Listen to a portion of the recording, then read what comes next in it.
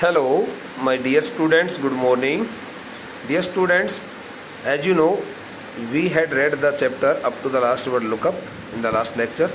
So now the remaining part is to be started and is to be completed also by us today in this lecture. So better get yourself ready. Let's start reading the next passage. I heard Amhamol say to me. I heard after the verb here we always put the bare infinitive, as you can see the use the first form. I heard Amhamel say to me. I won't scold you. It is the short form the word will not.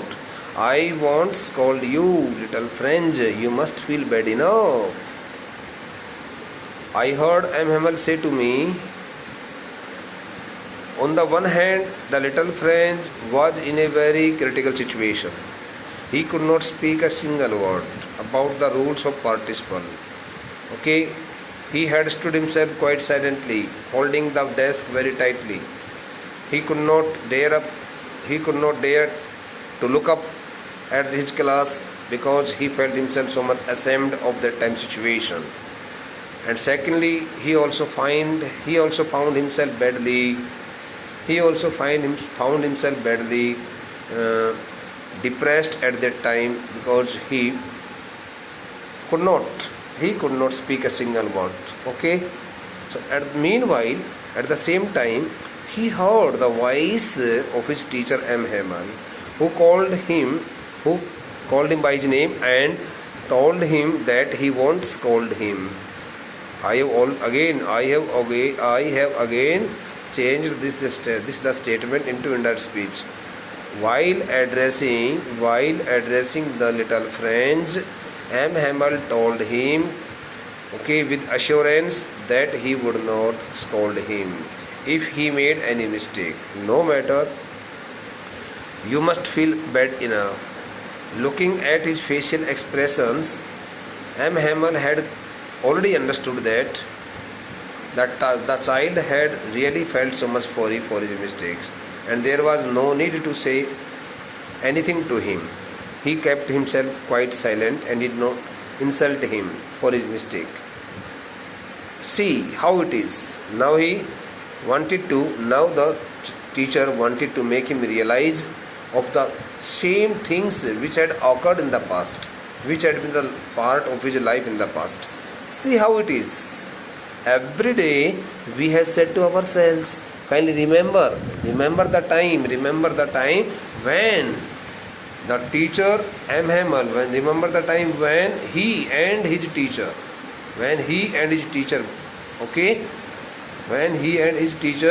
used to say to themselves,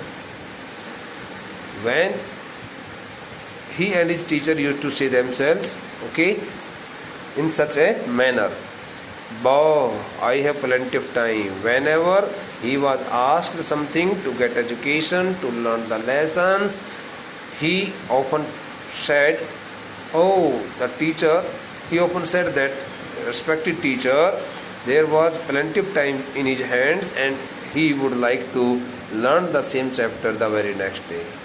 He simply put off the learning till the next day. Till tomorrow, and it was the main mistake on his part. He did not take any interest in the words of his teacher. He generally took the words of his teacher in casual form, casually. Bow, this is the word bow. Bow, it represents the exclamation of a person's deep feelings. It represents the deep feelings of a person. When a person feels himself a bit burdened and overburdened, by some acts, by some tasks, then he makes such kinds of exclamatory feelings, exclamation. Bow, I have plenty of time. Through this statement, we come to know that the little French had ignored all the words of his teacher, and he did not take any interest in learning the lesson, in attending the chapters in the classroom. He often said that he would like to learn the same chapter the very next day. And now you see where we have come out. The teacher MML also made him realize the fact that they had come to the day which would not allow them to learn the mother tongue, to learn their mother tongue French any longer. Oh, that is the great trouble with Alsace. That is the great trouble with Alsace. With Alsace stands for with the people of Alsace, beta. He also told the narrator, the little friend, that he was not only at fault, but all the people living in different parts of the district Alsace were also responsible for not learning their mother tongue. They often put off their learning till tomorrow, saying that they would not like to learn that lesson that day, but they would like to learn the same lesson the very next day. And now you see where we have come out. Oh, that is the great trouble with Alsace. She puts off learning till tomorrow. She puts off here. The word she represents the district, and it works here as a collective noun. But here, all the people living in the district Alsace are also referred to here by the teacher M Hamel. बेटे यहाँ पर जो else's ज़िले का जिक्र किया गया है, उसने कहा है कि यही तो एक सबसे बड़ी एल्सेस नामक इस ज़िले के साथ में सबसे बड़ी समस्या है कि एल्सेस जो है ज़िला है, एल्सेस ज़िले के जो रहने वाले जो लोग हैं, ये अपनी सीखने की जो बात होती है, कुछ पढ़ने की जो बात होती है, कोई चैप्टर सीखने की जब कोई बात आती है तो उसको कल तक के लिए स्थगित कर देते हैं, कल तक के लिए छोड़ देते हैं. पुटऑफ्स का मतलब पोस्टपोन्स करना. See postpones the learning till tomorrow. Now those fellows out there will have the right to say to you. Those fellows stands for the Persians, बेटे, the Germans. Now the Germans would come and they would start asking you about the words and about the education, about the things, okay, concerning to the mother tongue, concerning to their mother tongue, and people would not be able to speak any kind of word quite openly, quite frankly. Now those fellows out there will have the right to say to you, how is it, okay, since you would not be able to learn, you would not be able to speak out any word, to write down any word very correctly, okay, logically, before the Germans, before the Persians, and they would make a practical joke with you all, saying that you on the one hand you say that you are the Frenchman, on the other hand you don't know anything about the language French, and they would like to make such kind of fun of you. You pretend to be Frenchman, and yet you can neither speak nor write your own language. You would like to pretend to be Frenchmen before those all Persians and Germans who would come to teach you German right from tomorrow onwards, and you would not be able, none of you would be able to speak and write anything in their mother tongue, okay, because you could neither speak nor write their own language, your own language, because you would be totally helpless. You had not learned anything. उसने कहा कि मेरे बेटे, जब तुम्हारे से वो German वासी और जो पर्शिया वासी जो आकर के पूछेंगे, हाँ भाई कहिए ज़रा, आप फ्रांसीसी हो ना, फ्रेंच भाषा आपने सीखी हुई है, आपसे पूछेंगे तो आप कुछ जवाब नहीं दे पाओगे. हालांकि आप एक तरफ से तो फ्रांसीसी बनने का बहाना बनाओगे, दूसरी तरफ आप नहीं तो फ्रांसीसी भाषा को ठीक प्रकार से बोल पाओगे, नहीं ठीक प्रकार से लिख पाओगे. But you are not the worst, poor little friends. He also comforted the badly hurt feelings of the little friends, saying that he should not consider himself at a very big fault. He was not at a very big fault, but some other persons, more persons were involved in the same fault also. उसने कहा कि तुम अकेले गलती में नहीं हो, कुछ और भी लोग हैं जो इस प्रकार की गलती में हैं. We have all a great deal to reproach ourselves with. Reproach ourselves means scold and rebuke. He also told him that he was not only at fault, but his teacher and his parents were also at their big faults, and they all deserved themselves to be scolded, okay, because they had made mistakes on their parts. We have all a great deal to reproach ourselves. इसका मतलब होता है कि हम सभी आपस में एक दूसरे को आरोप प्रत्यारोप नहीं कर सकते, बल्कि हम सभी आपस में एक दूसरे को डांटने के बजाय खुद को ही लताड़ने के लिए काफ़ी हद तक हम इस बात को लेकर के उपयुक्त हैं। हमारे पास ये सभी अधिकार हैं कि हम आपस में अपने को एक दूसरे को लताड़ें, क्योंकि हमने गलतियां की हैं। Your parents were not anxious enough to have you learn. Your parents were not anxious enough to have you learn. Through this statement the teacher and Memel wanted to make the child realize one fact that concerned to his parents, saying that it was his parents, okay, who did not seem to have much concern regarding his study, education, and they often sent him to work and to earn money at the working sites. They preferred to put you to work on a farm or at the mills instead of sending you to school. Your parents used to send you to some working sites, to some farm houses, to the mills, so that you could work there and earn some money for your parents. That's why your parents were also at a very big fault. He told the child that his parents. Now I would like to speak out the answer in indirect speech. He also told told the child. Hamel told the little French. Hamel told the little French that he should not consider that he was at a very big fault, but his parents were also responsible for not providing him good education and for keeping him totally illiterate and uneducated, because they often preferred to send him where to work on a farm or at the mills, so that they could earn more money on the basis of their child's hard work and labor. Okay, beta. So as to have a little more money, okay, I have already explained it. And he also asked the child if he knew that his teacher was also at a very big fault. But if he did not know, so he would like to tell him how his teacher M. Hamel was also responsible for not educating him. I have been to blame also. वो कहता है और रही बात मेरी, और क्या आप जानते हो कि मैं भी गलती करूँ बेटा? यदि आपको नहीं पता तो मैं बताता हूँ.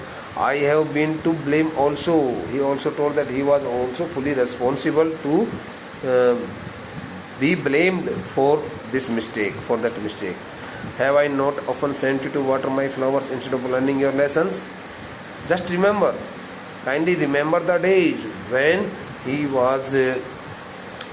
was set on the work of watering the plants in his garden, instead of giving him any lesson.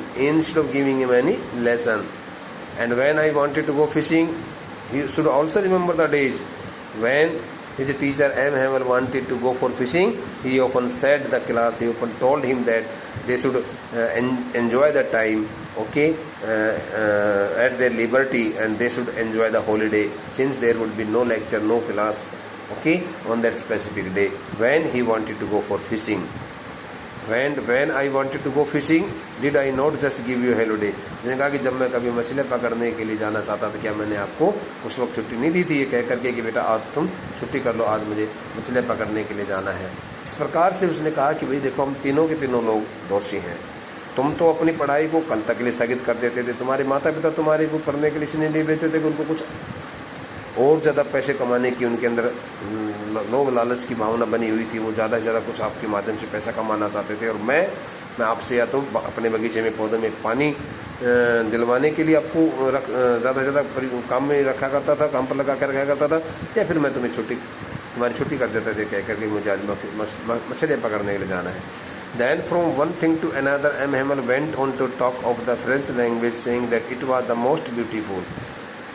फिर उसके बाद तो कहता है कि एक के बाद दूसरी इस प्रकार से हर एक बात के बाद में from one thing to another, फिर एक बात कह करके दूसरी बात पर पहुंच जाता था। इसके बाद एक से दूसरी बात करते करते M M L went on to talk of the French language. M M L इस प्रकार से लगातार अपनी फ्रांसीसी भाषा के बारे में कुछ ना कुछ बात कहता रहा। French language saying that it was the most beautiful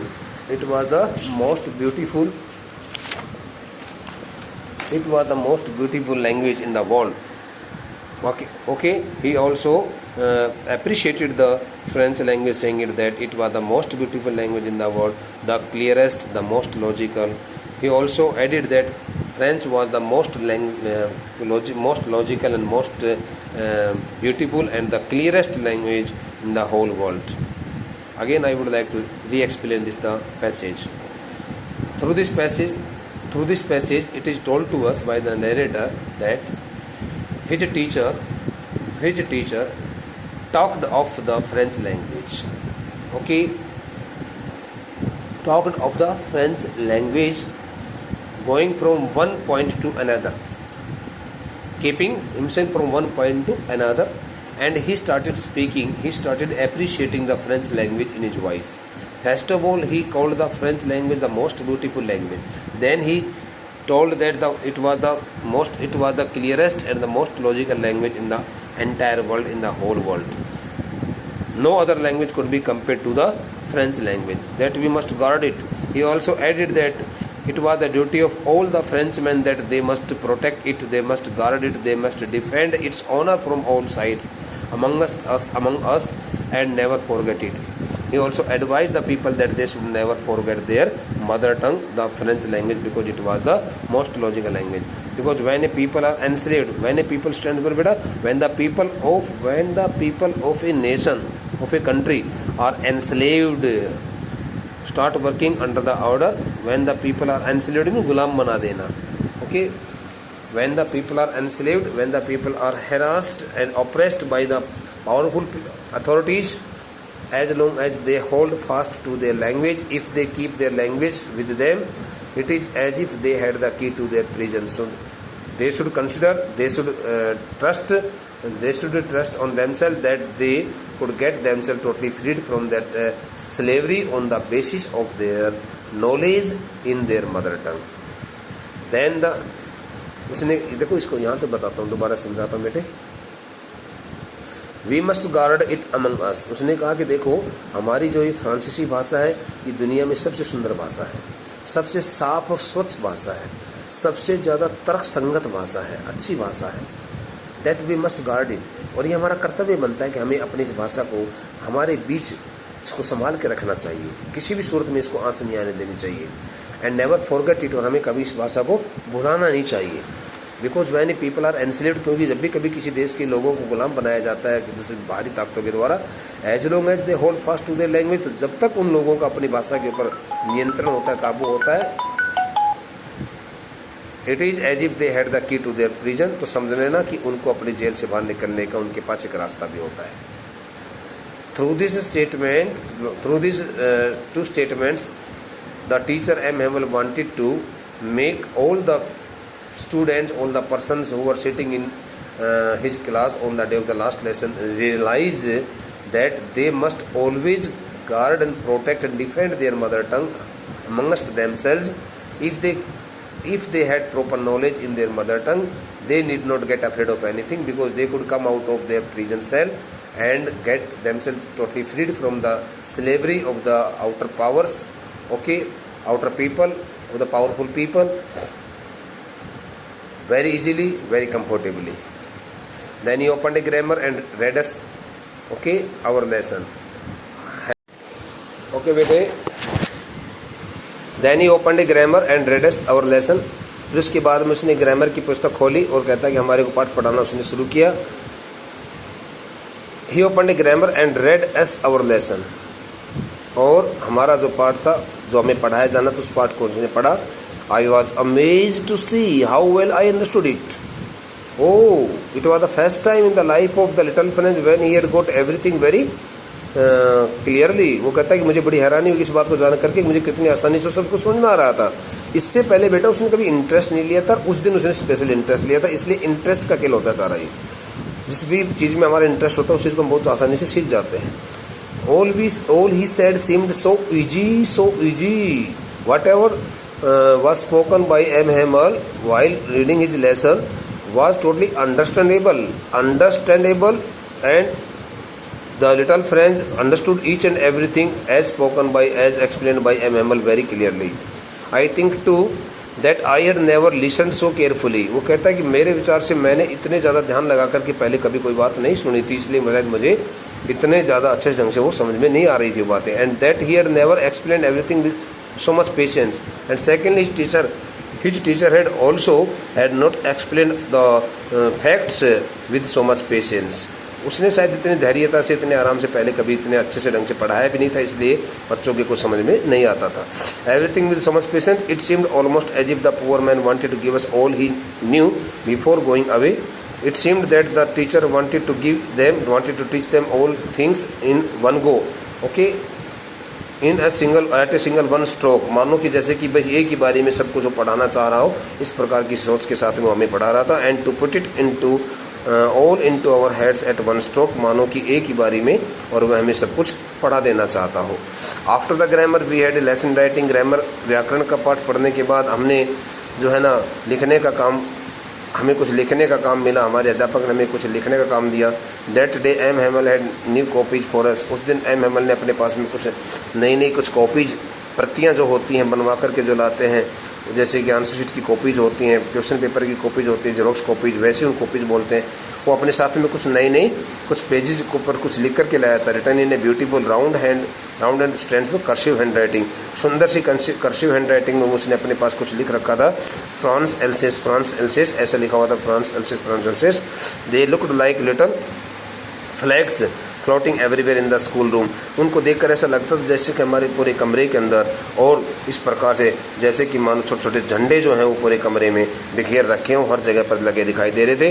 hung from the rod at the top of our desk. हम सभी बच्चों की डेस्क के ऊपर जो एक आयरन रोड का जो एक सरिया जो होता है, जिसको रोड का जो कुंदा जो होता है, कड़ा जो होता है, जो ऊपर की तरफ था कुछ चीज़ लगाने के लिए, उसके ऊपर हमने उन सभी लिखे हुए उन कागज़ों को, उन कॉपीज को झंडों के रूप में हमने अपने कमरों में लगा रखा था. You ought to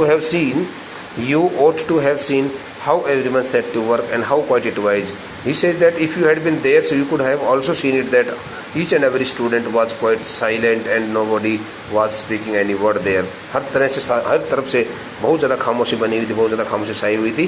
सभी लोग अपने काम में लगे हुए थे. The only sound was the scratching of the pens over the paper. जो आवाज़ आ रही थी तो कागज़ के ऊपर पेन के रगड़ने की, घसीटने की जो आवाज़ थी वो आ रही थी.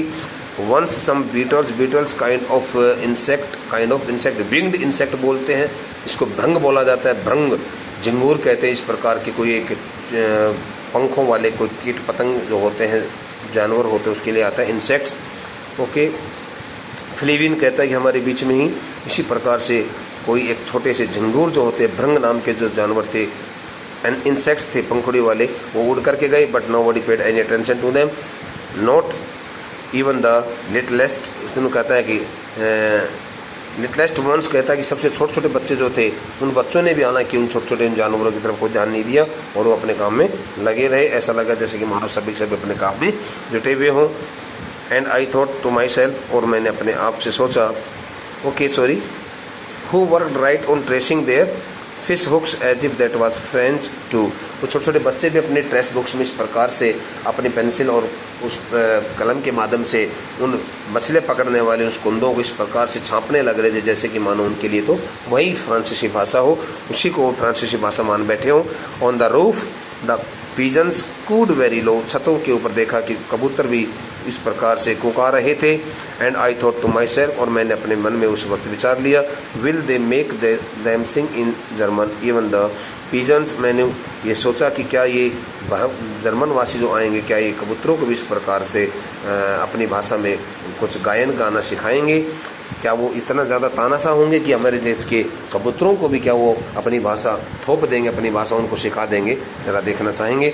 Whenever I looked up my from my writing I saw M Hamel sitting motionless in chair. जब कभी भी मैंने अपने लिखने के कार्य से थोड़ी निगाह ऊपर उठा करके देखा तो मैंने देखा कि मेरा अपना अध्यापक एम हेमल जो था हमारा अध्यापक, वो अपनी कुर्सी के ऊपर बिल्कुल शांत भाव से बैठा हुआ था। Engaging first at one thing then at another, और वो पहले कभी एक चीज़ की तरफ देख रहा था लगातार, फिर किसी दूसरी चीज़ की तरफ। As a we wanted to fix in his mind just how everything looked in that little school room, मानो कि जैसे कि वो ये देखना चाह रहा हो कि आखिरकार उस कमरे के अंदर वो सब चीज़ें किस प्रकार से दिखाई दे रही थी।